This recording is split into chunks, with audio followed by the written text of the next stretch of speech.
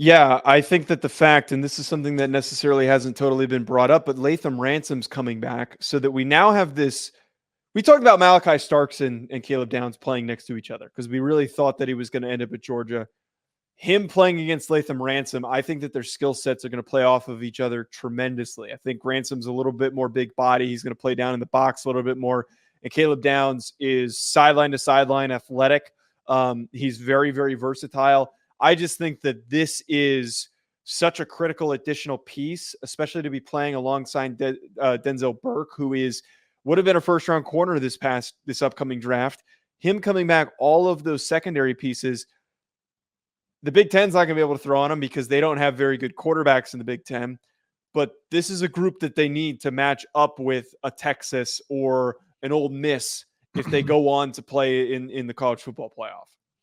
I think Joe, I think you could make the argument that he's one of the best just college football players in general. I think that Caleb Downs showed last year. Now, look, I think that he showed some weaknesses, Joe, when he had to go man v man, against a really good receiver. I think that's a little bit to be expected for a safety, But look, man, he will come down the box and he will light you up. He can cover in space. Look, we saw him have some really good plays against what I think, and correct me if I'm wrong here, is your number one wide receiver coming in the out of the NFL, or number two wide receiver coming out in the NFL draft, and Malik Neighbors, as an example. Yeah, he's my number. He's number two. He's number two. Right. I was, whatever. You were projecting your own analysis onto mine. I was projecting. Yes. Bottom line is, Joe, he's one of the most complete safeties, complete DBs. I really do think it's crazy, and brings up a point of this. Ohio State shook the college football landscape on Friday. Joe, I looked at my phone, and I think I texted you this, and we were kind of both like, holy crap that they pulled this off. He just adds another massive dynamic to their defense because you can do so many things with him, whether in coverage, whether playing down the box against the run, even sending him on blitzes. He was arguably one of the best freshmen, if not the best freshman in the country last year. It's just a massive addition because he's so versatile. He can do the three things that you need a safety to can do. He can tackle in space. He can cover in space. Yep. So many great things he can do.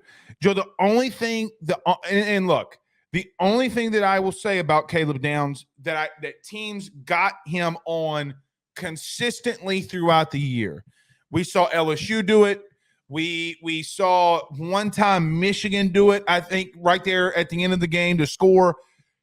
He's going to have to get better at not being too overly aggressive, right? Like we saw on some of those double moves. Now, look, how nitpicky can I be?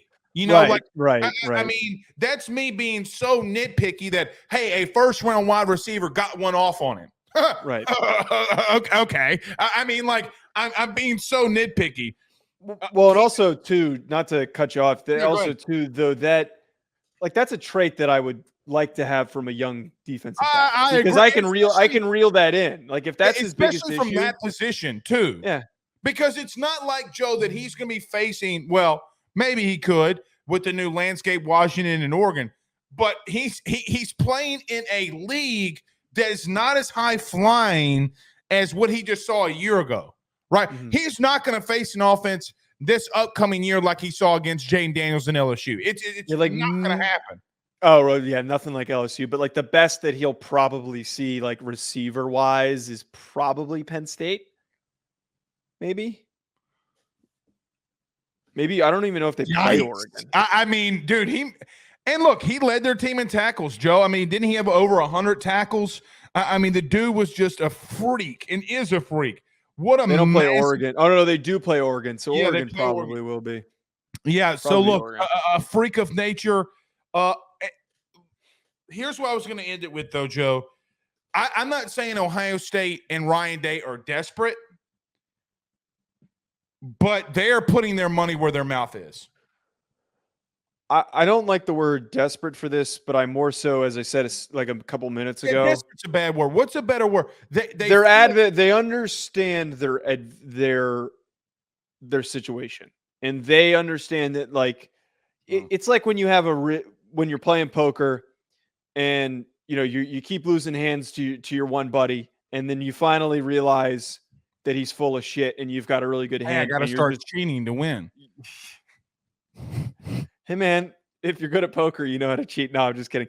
You push all your chips in the middle of the table and you say, you know what, if you really think that you're better than me and you're going to beat me this hand, I'm gonna beat you this time. I'm confident in myself and I'm confident in this roster that if we put enough of a financial commitment to this, we're gonna get where we need to be. So again, I'm very excited, and I love that Caleb Downs is going to be a part of this Buckeye secondary. Ryan Day made mention that it takes about $13 million a year to maintain his roster. What do you think that it's going to take now? Maybe 15. Shit. BetOnline remains your top spot for all of your live betting action and contests. NFL, college football, UFC, NHL are all in full swing. BetOnline is your number one source for wagering news, odds, trends, and predictions with both desktop and mobile access at any time.